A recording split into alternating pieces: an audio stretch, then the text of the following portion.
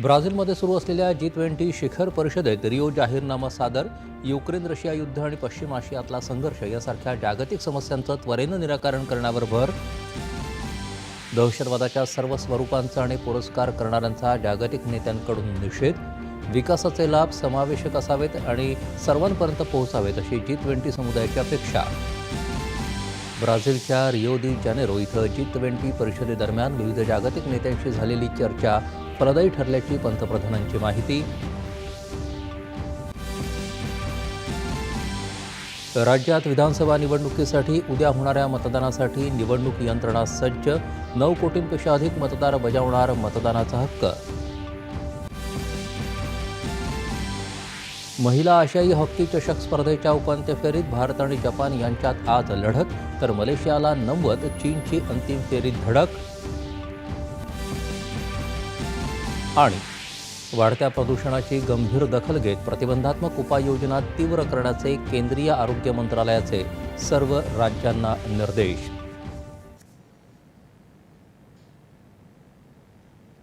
नमस्कार. 4:30च्या बातमीपत्रात मी विनायक घोडे आपलं स्वागत करतो. आता पाहूयात बातम्या विस्तारानं. ब्राझीलमध्ये सुरू असलेल्या G20 शिखर परिषदेत जागतिक नेत्यांनी युक्रेन युद्ध आणि पश्चिम आशियातला संघर्ष यासारख्या जागतिक समस्यांचं त्वरेनं निराकरण करण्यावर भर दिला आहे.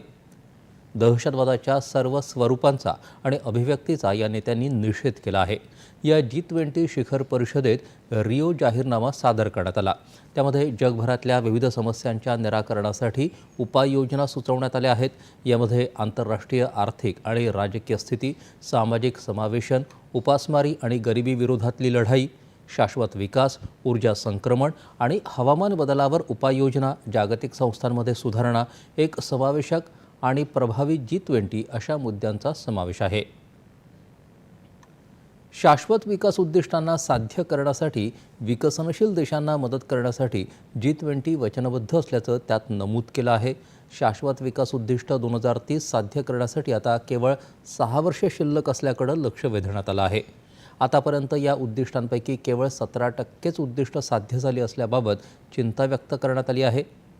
आर्थिक स्थैर्य, भूराजकीय तणाव आणि हवामान बदल यासारख्या आव्हानांना तोंड देण्याच्या आवश्यकतेवर भर देण्यात आला आहे. आर्थिक लवचिकता मजबूत करण्यासाठी जागतिक अर्थव्यवस्थेमधल्या अनिश्चिततेच्या पार्श्वभूमीवर स्थैर्य आणि सुधारणांना प्रोत्साहन देणाऱ्या धोरणांचा अंगीकार करण्याबाबतची वचनबद्धता या देशांनी व्यक्त केली आहे. शांततेच्या स्थापनेसाठी होत असलेल्या प्रयत्नांना G20 देशांनी आपला पाठिंबा जाहीर केला आहे. तसंच आंतरराष्ट्रीय वाद सोडवण्यासाठी संवादाच्या आवश्यकतेवर भर दिला आहे. आर्थिक वृद्धीसाठी तंत्रज्ञानातील नवोन्मेष आवश्यक असल्याचं मतही या परिषदेत व्यक्त करण्यात आलं. निपक्ष डिजिटल अर्थव्यवस्थेला प्रोत्साहन देण्यासाठी, डिजिटल भेदभाव कमी करण्यासाठी आणि जागतिक सार्वजनिक डिजिटल पायाभूत सुविधा मजबूत करण्यासाठी त्यांनी आपली वचनबद्धता व्यक्त केली आहे. जागतिक आरोग्य प्रणाली मजबूत करण्यासाठी आणि उपचारविषयक संसाधनं आणि लसी सर्वांना उपलब्ध करून देण्यासाठीची वचनबद्धताही या बैठकीत व्यक्त करण्यात आली. विकासाचे लाभ सर्वसमावेशक असावेत आणि सर्वांपर्यंत पोहोचावेत असंही या जाहीरनाम्यात नमूद केलं आहे.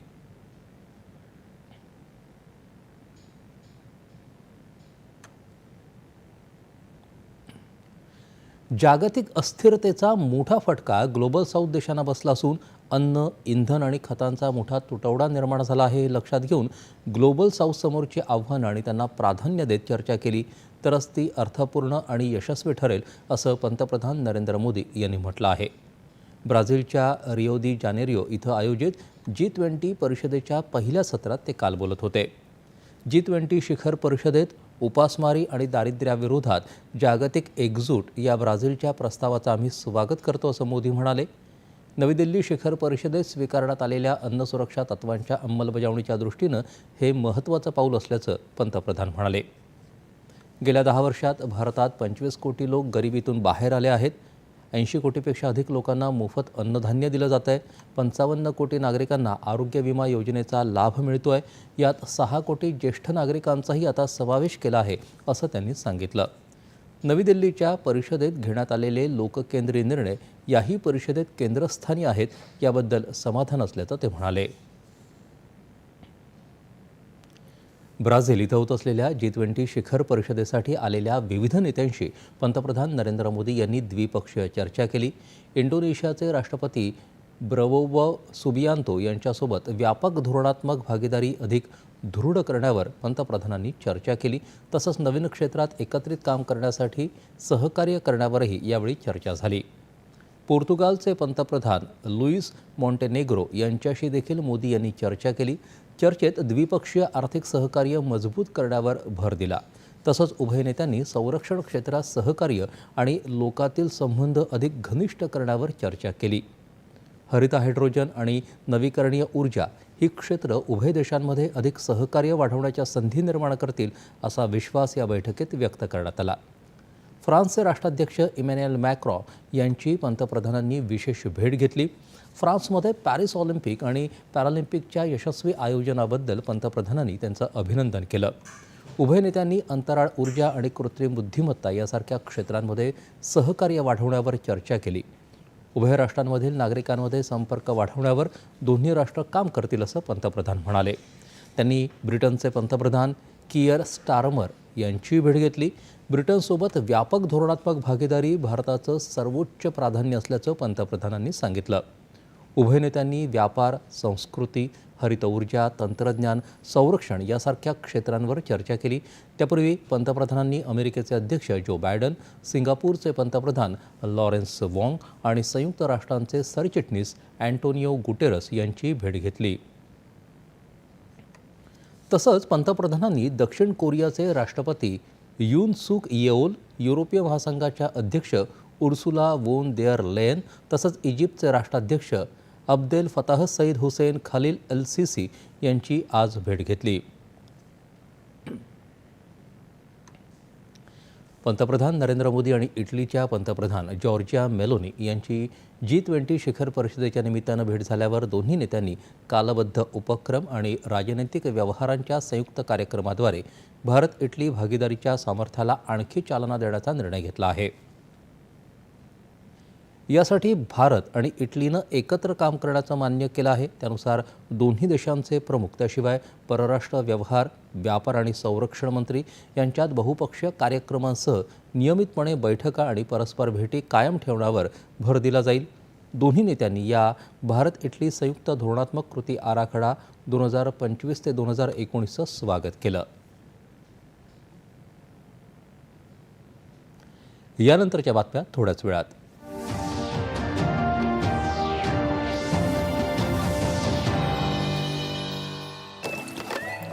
कधीपर्यंत आयुष्य लांबलचक लाईनीत घालवणार? डिजिटल पेमेंट स्वीकारा, सटकन उपाय मिळवा. कधीपर्यंत जुन्या पद्धती चालवाल? डिजिटल पेमेंट खूप सोपं आहे. हे बघा, सटकन पेमेंट देऊन टाका. पाकिट शोधताय का? डिजिटल पेमेंट स्वीकारा, कुठेही, कधीही आणि सुरक्षितही. आम्ही तर ह्यांना डिजिटल पेमेंट करायला शिकवलंय. तुम्ही? RBI सांगतंय की डिजिटल पेमेंट स्वीकारा, इतरांनाही शिकवा.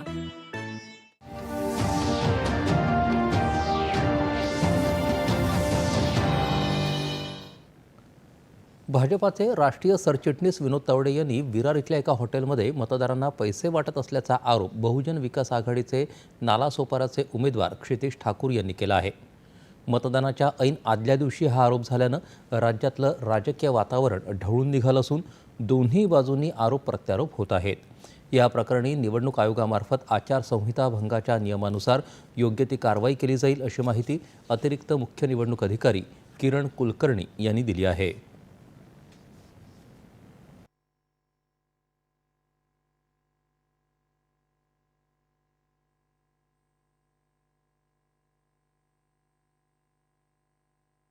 At Nalasopara, after receiving the information, the police force has reached the spot, and our FST team, which is Flying Squad of Election Machinery, which is formed for complying with Code of Conduct, that Flying Squad immediately reached the spot. After reaching the spot, Flying Squad took the review of the premises, and some seizure is also made. Then by police machinery, the process of registering the FIR under relevant act is in progress, and everything is under control, and I hope everything will be as per rules, and definitely whoever is in breach of model code of conduct, that will be proceeded against as per law and rules.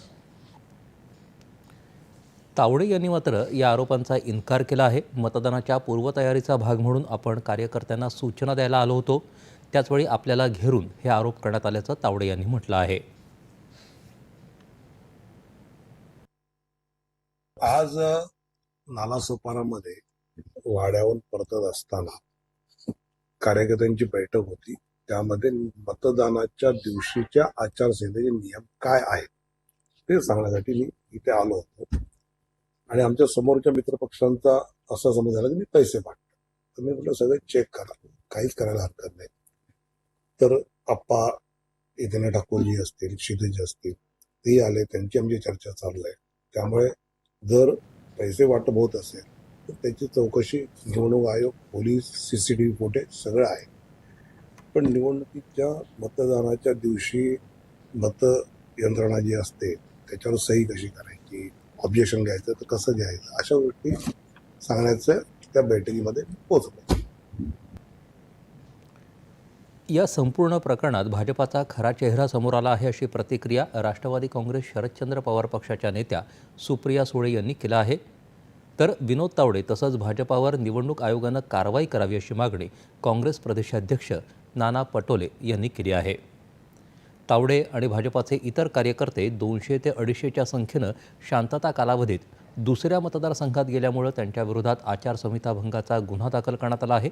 या प्रकरणी निवडणूक आयोगाच्या पथकानं घटनास्थळी जाऊन कारवाई सुरू केली आहे.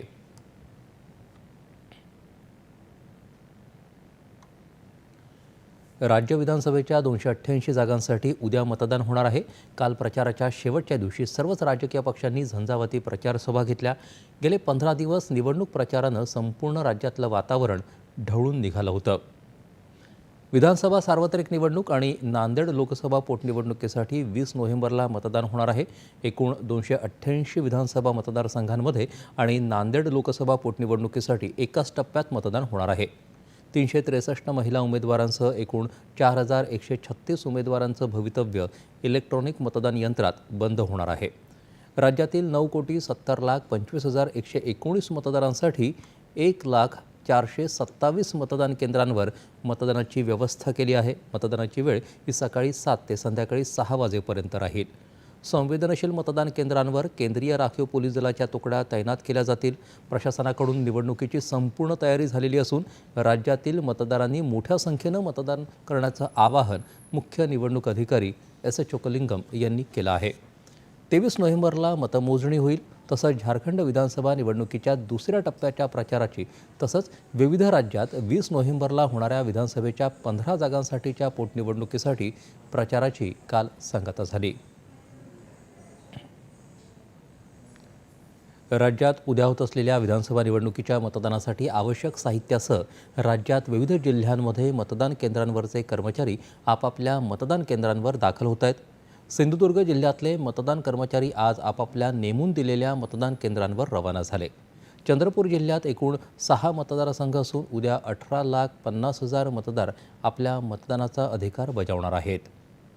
नागपूर जिल्ह्यातल्या 4,631 मतदान केंद्रांवर निवडणूक पथकाच्या कर्मचाऱ्यांना EVM मशीन आणि इतर साहित्याचं वाटप करण्यात येत असून कर्मचारी मतदान केंद्राकडे रवाना होत आहेत. कोल्हापूर जिल्ह्यात 10 विधानसभेच्या जागांसाठी एकूण 3,452 मतदान केंद्रांवर उद्या मतदान होणार आहे.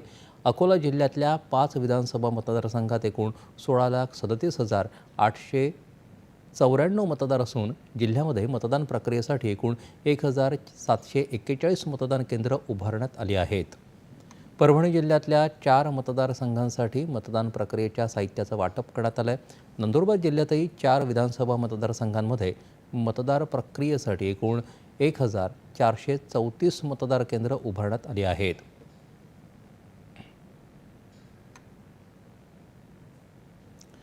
परभणी जिल्ह्यातल्या 4 विधानसभा मतदारसंघात राज्य विधानसभा निवडणुकीदरम्यान कोणताही अनुचित प्रकार घडू नये यासाठी परभणी पोलीस प्रशासन आधुनिक तंत्रज्ञानाचा वापर करत ड्रोनद्वारे पेट्रोलिंग करण्याचा अभिनव उपक्रम राबवत आहे. अनेक भागात वस्तीत जाणं शक्य होत नाही, अशा ठिकाणी ड्रोन प्रभावी माध्यम ठरत असून पेट्रोलिंगसाठी अत्यंत सोयीचं होत आहे, असं पोलीस अधीक्षक रवींद्र सिंह परदेशी यांनी सांगितलं. याशिवाय शहरांमध्ये संवेदनशील ठिकाणी CCTV कॅमेऱ्यांसाठी कंट्रोल रूम तयार करून वेबकास्टिंगच्या माध्यमातून क्विक रिस्पॉन्समुळे निवारण होत आहे.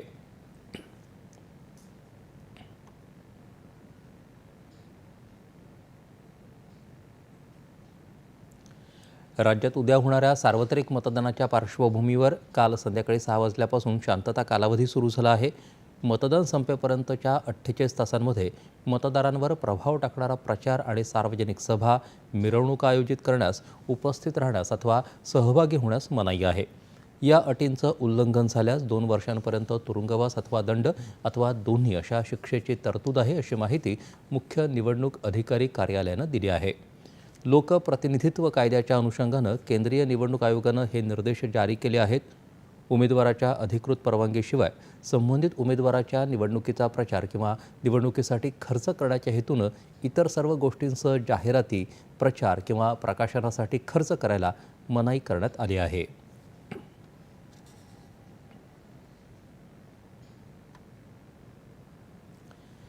विधानसभेसाठी 20 नोव्हेंबरला मतदान तर 23 नोव्हेंबरला मतमोजणी होणार आहे. निवडणुका मुक्त वातावरणात, निपक्ष आणि शांततेत पार पडावेत यासाठी पोलीस यंत्रणा सज्ज झाली आहे. सीमावर्ती भागात आंतरराज्य समन्वय तसंच तपासणी नाक्यांवर अधिक मनुष्यबळ तैनात करण्यात आलं आहे. प्रचाराच्या काळात 96,000पेक्षा अधिक प्रतिबंधात्मक कारवाया करण्यात आल्या. तसंच एकूण 408 कोटी रुपये किमतीचा मुद्देमाल जप्त करण्यात आला आहे. VIP बंदोबस्त आणि कायदा सुव्यवस्था राखण्यासाठी ड्रोनचा वापरही केला जातोय.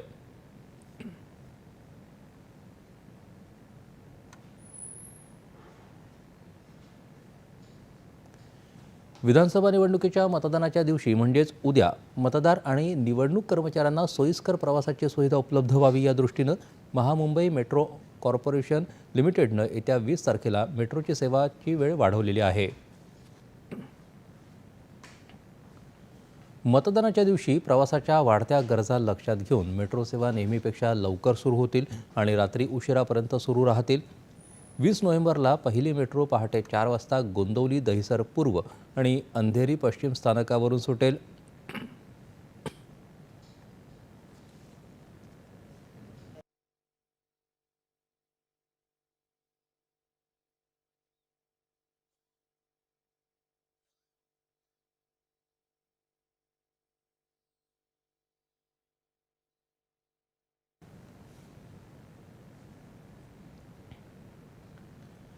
तर शेवटची मेट्रो 20 नोव्हेंबरच्या मध्यरात्री म्हणजेच 21 नोव्हेंबरला 1 वाजता सुटेल. एकूण 19 अतिरिक्त फेऱ्या नियोजित करण्यात आल्या आहेत. यामुळे एकूण दैनिक फेऱ्या 243 वरून 262 फेऱ्यांपर्यंत वाढणार आहेत. मुंबई महानगर प्रदेश विकास प्राधिकरणाचे आयुक्त डॉक्टर संजय मुखर्जी यांनी ही माहिती दिली. घाटकोपर, अंधेरी, वर्सोवा मेट्रो 1 मार्गिकेच्या सेवा कालावधीत देखील वाढ केली आहे. मेट्रो 1ची सेवा पहाटे 4 ते मध्यरात्री 1 दरम्यान सुरू राहणार आहे.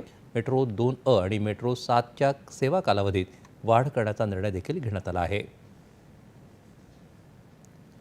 राज्यात विधानसभा निवडणुकीत यंदा महाविकास आघाडी आणि महायुती यांच्यात खरी लढाई आहे. अनेक ठिकाणी शिवसेना विरुद्ध शिवसेना उद्धव बाळासाहेब ठाकरे पक्ष आणि राष्ट्रवादी काँग्रेस विरुद्ध राष्ट्रवादी काँग्रेस शरदचंद्र पवार पक्ष तर भाजपा विरुद्ध काँग्रेस अशा थेट लढती अटीतटीच्या होण्याची शक्यता आहे.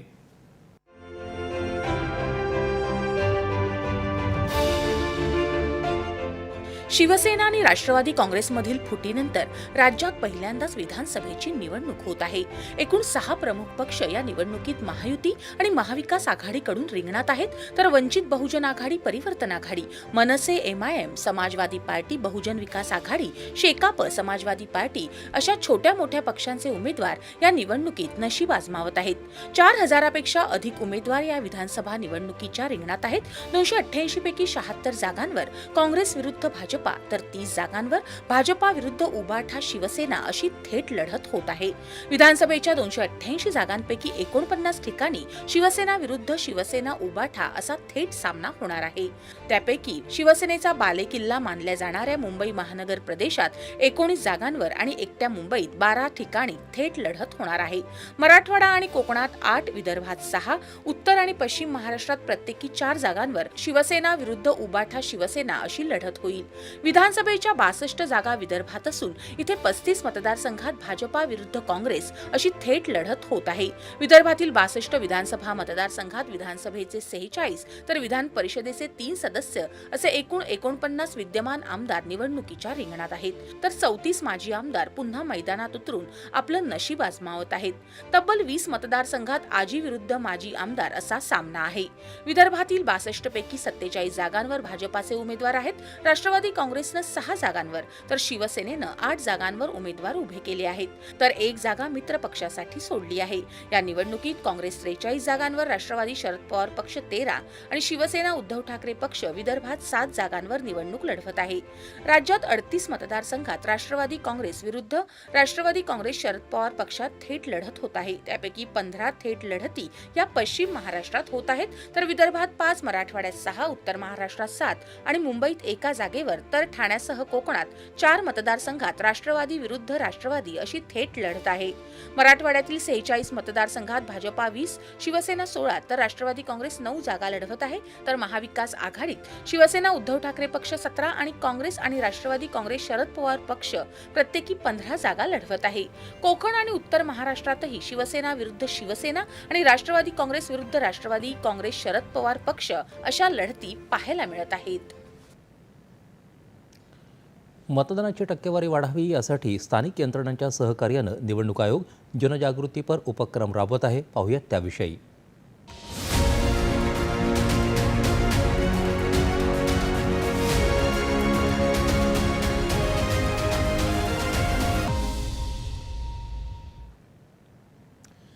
स्वीप अभियानाअंतर्गत नाशिक जिल्ह्यात मतदार जनजागृतीसाठी विविध उपक्रम राबवले जात आहेत. नोडल अधिकारी सतीश बच्छाव यांनी मतदानाविषयी गाणं तयार केलं असून हे गाणं सोशल मीडिया तसंच घरोघरी फिरणाऱ्या घंटागाड्यांवरून देखील वाजवलं जात आहे.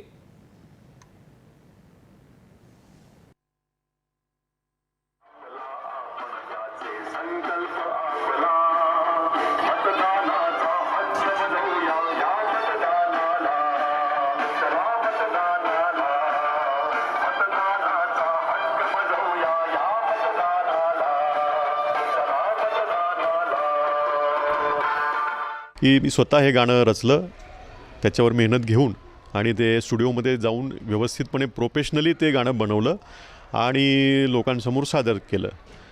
त्याची प्रचलित पद्धतीने एवढी त्याची प्रसिद्धी झाली की प्रत्येक घंटागाडीवर असेल, नगरपालिकांच्या बसस्थानकावर असतील, ग्रामपंचायतींच्या गाड्यांवर असतील, तर हे गाणं मतदान जागृतीसाठी सर्वांनी वापरलं. त्याच्यातून जी फलश्रुती होणार आहे, मतदानाचा टक्का वाढणार आहे, हे सर्वात सुखावह असं मला वाटतं. रायगड जिल्ह्यात उरण तालुक्यात वीर वाजेकर महाविद्यालयाच्या वतीनं मतदार जनजागृती अभियान रॅली काढण्यात आली. उरण तहसील कार्यालय, निवडणूक विभाग आणि मुंबई विद्यापीठाच्या राष्ट्रीय सेवा योजना विभागाच्या सूचनेनुसार जसखार, करळ आणि सोनारी या गावांमधून ही रॅली काढण्यात आली. रॅलीत सहभागी विद्यार्थी, शिक्षक आणि कर्मचाऱ्यांनी मतदार जागृतीविषयी घोषणा दिल्या. तसंच विद्यार्थ्यांनी पथनाट्याचं सादरीकरण करत मतदान जागृती केली. यासोबतच स्वाक्षरी मोहीम आणि सेल्फी स्टँडचंही आयोजन करण्यात आलं होतं.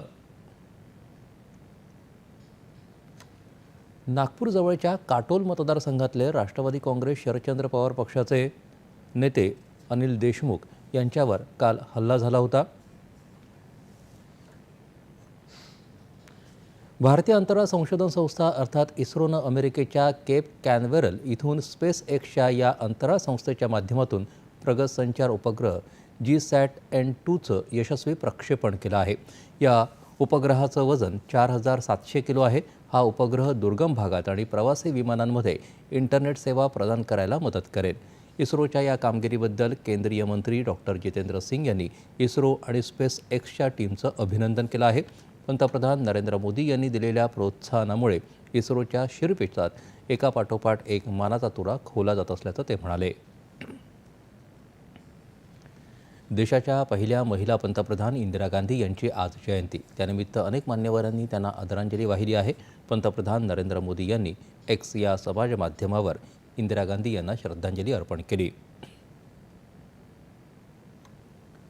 लोकसभेचे सभापती ओम बिर्ला यांनी संसदेतील सेंट्रल हॉल इथं इंदिरा गांधी यांच्या प्रतिमेला पुष्पांजली अर्पण केली. तर लोकसभेतील विरोधी पक्षनेते आणि खासदार राहुल गांधी, काँग्रेसचे अध्यक्ष मल्लिकार्जुन खरगे यांच्यासह काँग्रेस नेत्यांनी इंदिरा गांधी यांच्या समाधी असलेल्या शक्तीस्थळावर जाऊन त्यांना श्रद्धांजली वाहिली. राज्यातही राज्यपाल CP राधाकृष्णन यांनी राजभवन इथं इंदिरा गांधी यांना पुष्पांजली वाहून अभिवादन केलं आहे. यावेळी राज्यपालांनी राजभवनातील अधिकारी तसंच कर्मचाऱ्यांना राष्ट्रीय एकात्मतेची शपथ दिली. आता राज्याच्या विविध जिल्ह्यातल्या ठळक घडामोडींकडे एक नजर. जिल्हा झटपट. गडचिरोली जिल्ह्यातल्या तिन्ही विधानसभा क्षेत्रात निवडणूक शांततेत पार पाडण्यासाठी 17,000 जवान तैनात.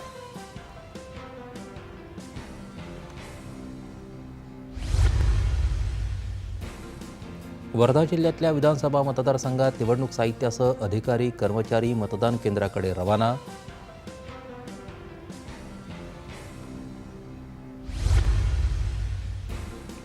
वाशिम जिल्ह्यातल्या 3 विधानसभा मतदारसंघ क्षेत्रांमध्ये टपाली मतदानाला सुरुवात.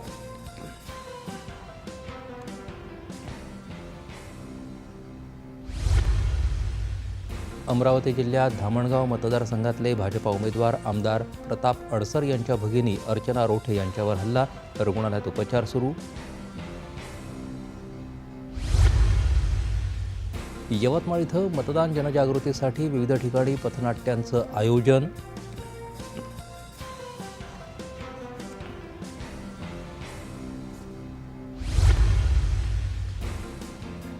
मुंबई पुणे महामार्गावर शेडूंग टोल नाक्यावर स्थिर सर्वेक्षण पथकाकडून शस्त्र आणि रोख रक्कम जप्त.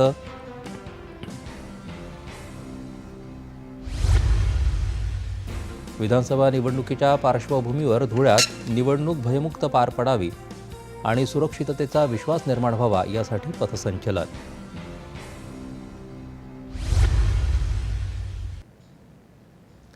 बिहारमध्ये सुरू असलेल्या महिलांच्या आशिया चषक हॉकी स्पर्धेत आज भारत आणि जपान यांच्यात उपांत्य फेरीची लढत होत आहे. दरम्यान चीननं या स्पर्धेच्या अंतिम फेरीत धडक मारली आहे. मलेशियाविरुद्ध आज झालेल्या पहिल्या उपांत्य फेरीत चीननं मलेशियाचा 3-0 पराभव करत अंतिम फेरी गाठली.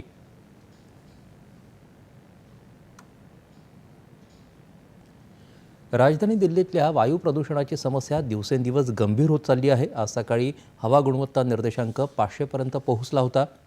लोकांना मास्क लावून घराबाहेर पडावं लागत आहे. यामुळे नागरिकांना आरोग्यविषयक समस्यांचा धोका निर्माण झाला आहे. दरम्यान वाढत्या प्रदूषणाची गंभीर दखल घेत केंद्रीय आरोग्य मंत्रालयानं सर्व राज्यांना पत्र लिहिलं आहे. प्रदूषणासंदर्भात जनजागृती मोहीम तीव्र करावी, प्रादेशिक भाषांमध्ये माहिती प्रसारित करावी, तसंच आरोग्य कर्मचाऱ्यांची क्षमता बळकट करावी असे निर्देश आरोग्य मंत्रालयानं या पत्राद्वारे दिले आहेत. आता पाहूयात ठळक बातम्या पुन्हा एकदा.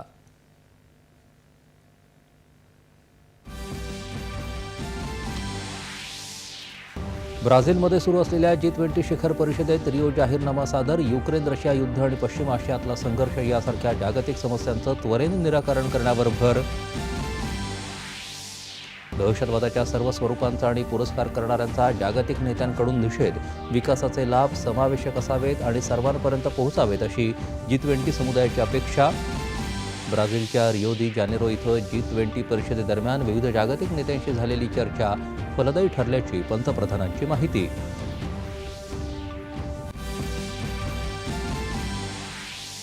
राज्यात विधानसभा निवडणुकीसाठी उद्या होणाऱ्या मतदानाकरता निवडणूक यंत्रणा सज्ज. 9 कोटींपेक्षा अधिक मतदार बजावणार मतदानाचा हक्क. आशियाई हॉकी चषक स्पर्धेच्या उपांत्य फेरीत भारत आणि जपान यांच्यात आज लढत, तर मलेशियाला नमवत चीनची अंतिम फेरीत धडक.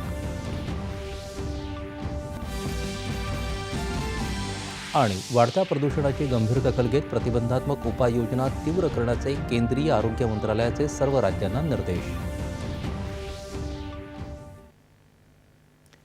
याबरोबरच हे बातमीपत्र संपलं. तेव्हा पुन्हा भेटूया संध्याकाळी 7 वाजता पुढील बातमीपत्रात आपल्या सह्याद्री वाहिनीवर. नमस्कार.